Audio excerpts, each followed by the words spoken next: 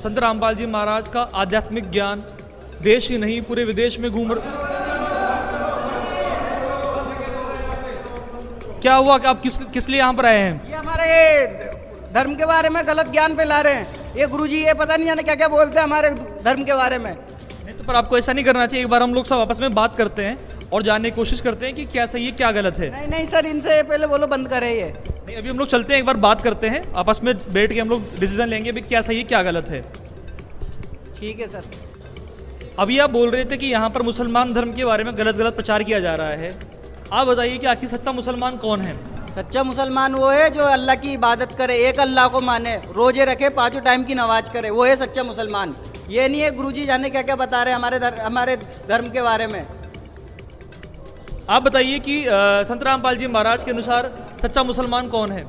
जैसे हमारे भाईजान ने बताया कि सच्चा मुसलमान वो है जो 5 वक्त की नमाज करे, अल्लाह को माने। मैं इनसे पूछना चाहता हूँ, उनको पता ही नहीं मुसलमान का अर्थ क्या होता है। मुसलमान का अर्थ होता है मुसल्ले ईमान, जो अपने ईमान पे अडिग रहे वो है सच्चा मुसलमान। आपके कुरान पाके कुरान में लिखा है मांस खाने का तो कहीं उल्लेख नहीं है। जुआ नहीं खेलना चाहिए, शराब नहीं पीना चाहिए। वही सारी कुरीतें, सारी बुराई पूरे मतलब इन नकली काजी मुल्लाओं ने पूरे आवाम में फैला रखी है, पूरे गुमराह कर रखा है सब लोगों को। सच्चा मुसलमान वो है जो उस पूरे अल्लाह अकबर अल्लाह ताला की इबादत करे, पाके कुरान के अनुसार उसकी इबादत करे, वो है सच्चा मुसलमान। यहाँ पर बता रहे हैं कि संत रामपाल जी महाराज के अनुयायी जो हैं कि सच्चा मुसलमान वो है जो अल्लाह की इबादत करे। आपके अनुसार बताइए, अल्लाह साकार है कि निराकार है? जिसको किसी ने नहीं देखा, आज तक किसी ने नहीं देखा, उसकी इबादत हम ऐसे ही करते हैं। आप बताइए, आपके संत रामपाल जी महाराज के अनुसार अल्लाह साकार है कि निराकार है? भाईजान हमारे जो बाखबर संत रामपाल जी महाराज जी ने बताया कि सूरत फुरकान 25 आयत नंबर 52 से 59 में लिखा है कि वो अल्लाह ताला है जिसने 6 दिन में सृष्टि रची और 7वें दिन तख्त पे जा विराजा। इसका उसमें प्रमाण भी लिखा है, उसमें जिक्र है फला तुतिल काफिरन बिही जिहादन कबीरन। इसका अर्थ है कि वो अल्लाह ताला साकार है जिसने 6 दिन में सृष्टि रची और 7वें दिन तख्त पे जाके विराजा। तो मैं भाईजान से बोलना चाहता हूँ कि आप भी पढ़े लिखे हो, समझदार हो, तो जो तख्त पे कौन बैठ सकता है? सशरीर बैठ सकता है। इसके अलावा जो जिसका शरीर है, बॉडी है, जो बॉडी लेस कोई तख्त पे किसी कुर्सी पे बैठ के दिखा दो आप। अगर आप आज देश का प्रधानमंत्री अपन बोले कि वो तो निराकार है, बेचून है, तो वो तो तख्त पे बैठा है ना, सिंहासन पे, वहाँ देश पे राज कर रहा है। इसका एक जिक्र और इसमें है पाके कुरान में कि उसकी अब पाके कुरान जो अपने हैं उसके अनुसार बाखबर संत की उसमें जाके उसके इबादत करके, उस अल्लाह ताला की इबादत करके अपन उस अल्लाह ताला को प्राप्त कर सकते हैं जो अपने पाके कुरान में उसकी इबादत बताई गई है।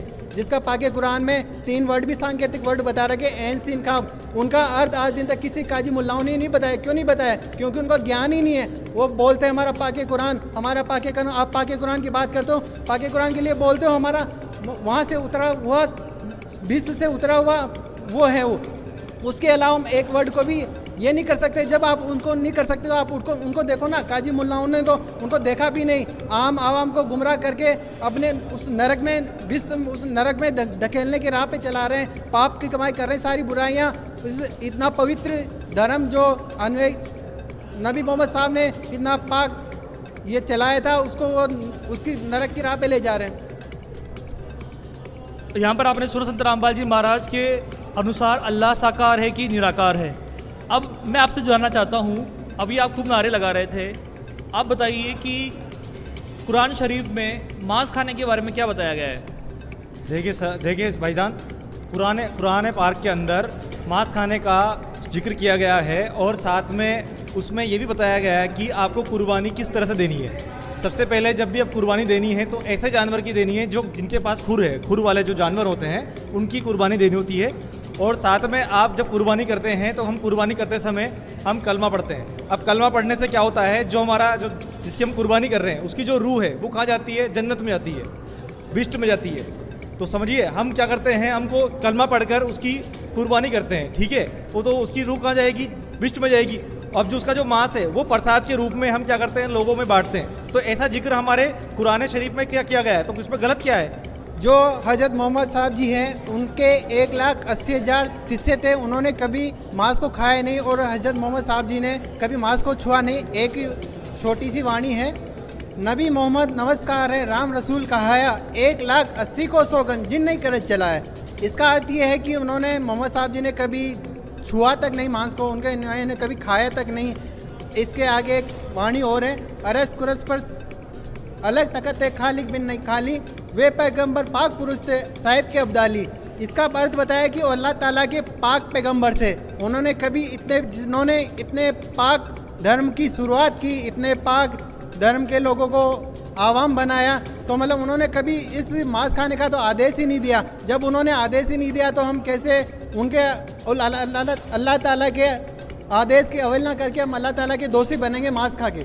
अभी आप यहाँ पर बहुत ज़्यादा परेशान नज़र आ रहे थे, अब आपको और क्या क्या आपत्ति है यहाँ पर संत रामपाल जी महाराज के बारे में? इनसे तो आपत्ति आपत्ति है। इनका एक अनुयायी अल कबीर चैनल नाम का इनका यूट्यूब चैनल है, उसमें इन्होंने एक वीडियो डाल रखा है पुनर्जन्म के बारे में।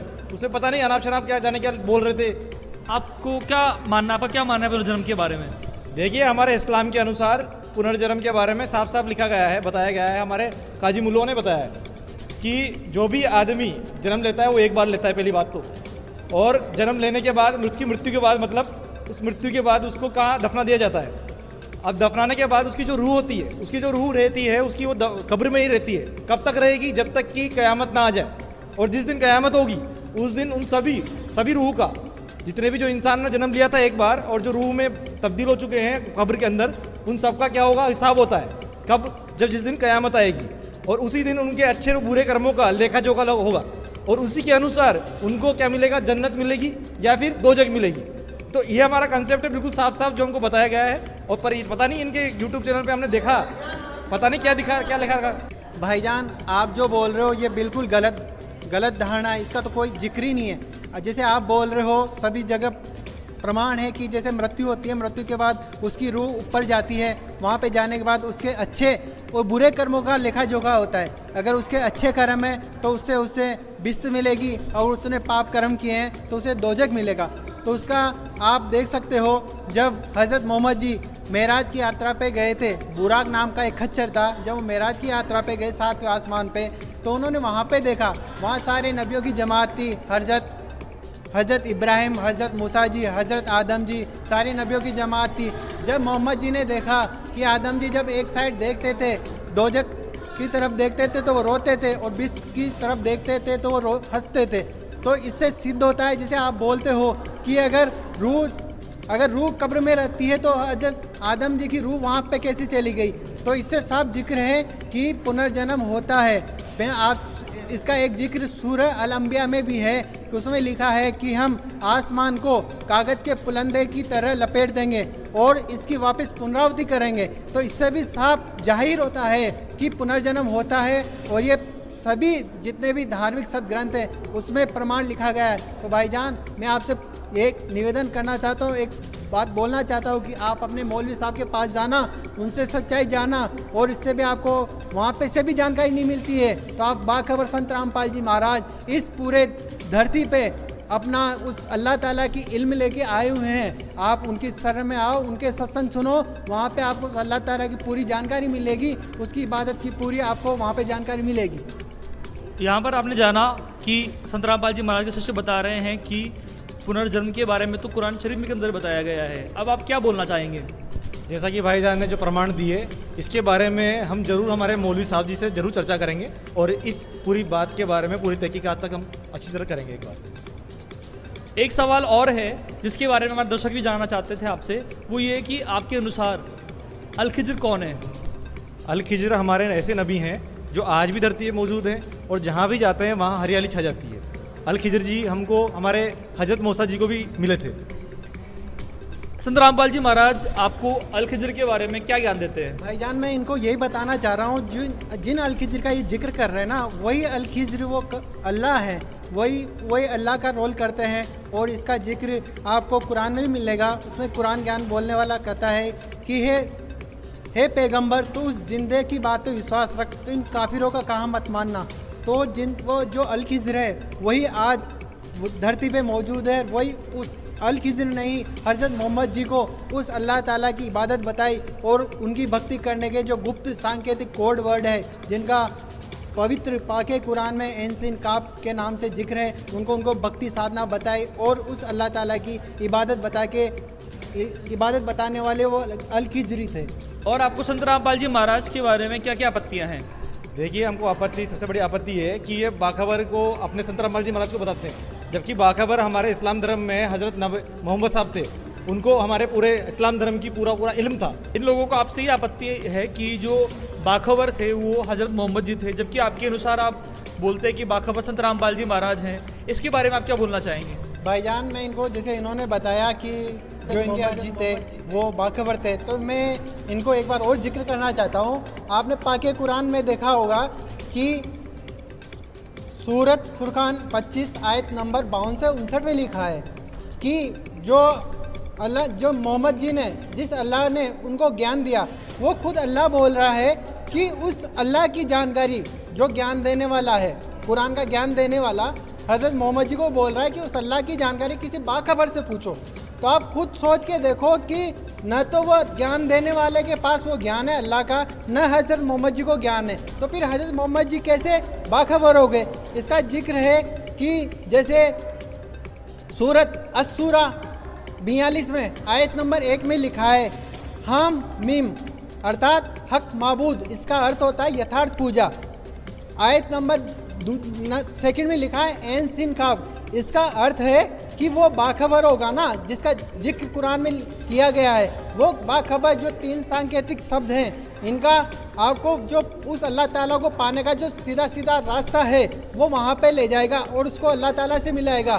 तो आज वर्तमान में ये आज कुरान, पाके कुरान में सिर्फ एन सिन का आपको किसी ने खोल के नहीं बताया, उन्होंने ये बोल दिया कि कोई बात नहीं, इसका जिक्र नहीं करने से कोई फ़र्क नहीं पड़ता, कुरान का कोई ज्ञान कोई कम नहीं होता। लेकिन मैं आपको एक बात बताना चाहता हूँ जो हमारे बाखबर संत रामपाल जी महाराज जी ने बताया। जैसे किसी रोगी को किसी डॉक्टर के पास जाए, डॉक्टर बोले भाई आपको बुखार है, किसी भी जानकारी का बता दे, अब वो उसको बोले कोई दिक्कत नहीं, आप दवाई लेने की कोई ज़रूरत नहीं है। तो आप कुछ सोचिए, अगर उसको दवाई रोग का पता चल गया ठीक है मुझे ये रोग है, लेकिन जब तक वो दवाई नहीं लेगा तो रोग ठीक कैसे होगा? उसी प्रकार पाके कुरान में जैसे 3 वर्ड सांकेतिक वर्ड है एन सीन काफ, अनुवादकर्ताओं ने, जो कुरान के अनुवादकर्ताओं ने, उनको ज्ञान नहीं है। उनका ज्ञान का मतलब वो 3 शब्द सिर्फ, जैसे कुरान ज्ञान देने वाले ने बोला है कि वो बाखबर बताएगा उस अल्लाह की इल्म जानकारी, तो वो आज वो 3 जो वर्ड है एन सीन काफ जिसका जिक्र है कुरान में है, उसका अर्थ सिर्फ संत रामपाल जी महाराज जी ने खोल के बताया। उन्होंने खोल के बताया कि ये 3 ही ऐसे शब्द हैं जिनकी बदौलत आप उस बिस्त में जा सकते हो, उस अल्लाह ताला को पा सकते हो। उस अल्लाह ताला को पाने के 3 ही एक वर्ड है जिनका आप उनके अनुसार बाखबर संत की शरण में जाके पता करोगे, उनसे जानकारी करोगे, तो अब आपको बताएगा। आज पूरे विश्व में, आज पूरी इस कायनात में सिर्फ संत रामपाल जी महाराज जी एक बाखबर संत हैं जिनके पास एन सिन काफ का पूरा एक्सप्लेन किया है, वही आपको उस अल्लाह ताला की पूरी जानकारी बता सकते हैं। इसलिए संत रामपाल जी महाराज जी आज पूरे विश्व में बाखबर संत हैं। यहाँ पर संत रामपाल जी महाराज कृष्ण ने एक बहुत बड़ी बात कह दी है कि एन सीन काफ, जिसके बारे में आपकी कोई भी मौलवी साहब ने नहीं बताया, वे बोलते हैं कि इसके बारे में तो सिर्फ वही बता सकता है जिसको बहुत ज़बरदस्त इल्म है। तो आपकी कोई मौलवी साहब तो बता नहीं पाए, और यहाँ पर ही बता रहे हैं कि एन सिन काफ को भी संत रामपाल जी महाराज ने समझा दिया कि एन सिन काफ क्या है। अब आप क्या बोलना चाहेंगे? जैसा कि भाईजान बता रहे हैं कि एन सिन काफ का इसमें जिक्र किया गया है, तो इसके बारे में हम जरूर जानकारी लेंगे। एक बार मौलवी साहब से बात करके इस बारे में जिक्र जरूर करेंगे और इसकी भी हम एक बार तहकीकात जरूर करेंगे। आपके अनुसार अल्लाह कौन है? देखिए, हमारे मौलवी साहब ने अल्लाह के बारे में केवल इतना ही बताया है कि वो बेचून है, और इससे ज़्यादा हमको इसकी जानकारी नहीं है। आखिर संत रामपाल जी महाराज ने आपको अल्लाह के बारे में क्या बताया है? कौन है आखिर वो अल्लाह? अल्लाह कबीर साहिब हैं, वही अल खिज़र का रोल करते हैं, जिसके बारे में जो 600 साल पहले काशी में आए थे, जिनके बारे में कुरान शरीफ में आयत सूरत फुरकान 25 आयत नंबर 52 से 59 में हज़रत मोहम्मद जी को ज्ञान बोलने वाला, कुरान ज्ञान बोलने वाला बोल रहा है कि हे पैगंबर, तो उस जिंदा की बातों पे विश्वास रख, किसी काफिरों का कहा मत मानना। तो वही कबीर अल्लाह है, वही अल्लाह ताला है। मैं अंत में यही आपको ये बात बताना चाहता हूँ कि उस अल्लाह ताला की इबादत करने से ही आपको जीवन में सारी खुशियाँ मिलेगी, जितने भी आपकी कोई परेशानी होती है वो दूर होगी। और इसकी अधिक जानकारी के लिए आप हमारे यूट्यूब चैनल अल कबीर इस्लामिक चैनल है, उस पर भी सत्संग आते हैं, उस पर देख सकते हो। संत साधना टीवी पे शाम को 7:30 से 8:30 संत रामपाल जी महाराज जी के सत्संग आते हैं। और वही इस पूरे विश्व में इस समय बाखबर है, बाखबर संत हैं जिन्होंने सभी सदग्रंथों से मिलान करके उस अल्लाह ताला की इबादत बताई है जिसकी इबादत करने से हमको वो अल्लाह ताला मिलेगा। अब आप यहाँ पर आपने संत रामपाल जी महाराज के शिष्यों के अनुभव सुने, उनके विचार जाने, और आप पहले यहाँ पर बहुत गुस्से में नज़र आ रहे थे। अब आप इनके विचार जानकर, आप इनकी जो थिंकिंग है उसको जानकर अब आप क्या बोलना चाहेंगे? जैसा कि हमारे भाईजान ने जितने भी प्रमाण हमको दिए हैं, जैसा कि ये बताया भी रहे हैं, तो इन सब चीज़ों का हम एक बार हमारे मौलवी साहब से ज़रूर चर्चा करेंगे। और हमने इनके जो सत्संग को उसमें बाधा डाली, उसके लिए हम क्षमा चाहते हैं। आप अपना सत्संग जारी रख सकते हैं। सद्गुरु रामपाल जी भगवान की जय हो। मंदिर जोड़ सद्गुरु रामपाल जी भगवान की जय हो। तो दर्शकों, देखा आपने यहाँ पर समाज में कुछ झूठी बातों को सुनकर कुछ लोग यहाँ पर आए थे और संत रामपाल जी महाराज के सत्संग में अड़चन पैदा कर रहे थे। लेकिन जब उनको सच्चाई के बारे में पता चला तो यहाँ से बहुत खुश होकर गए हैं और अब अपने घर पे जाके वो जांचेंगे कि क्या वास्तविकता में संत रामपाल जी महाराज सच बताते हैं। हम आपसे भी ये प्रार्थना करना चाहते हैं कि संत रामपाल जी महाराज के बारे में कोई भी राय बनाने से पहले एक बार आप उनका सत्संग जरूर सुने, और जिन धार्मिक ग्रंथों के बारे में संत रामपाल जी महाराज कहते हैं कि वे उनका प्रूफ देते हैं, एक बार आप भी उन धार्मिक ग्रंथों को जरूर जांचें और उसके बाद ही फिर आप अपनी राय बनाएं। धन्यवाद।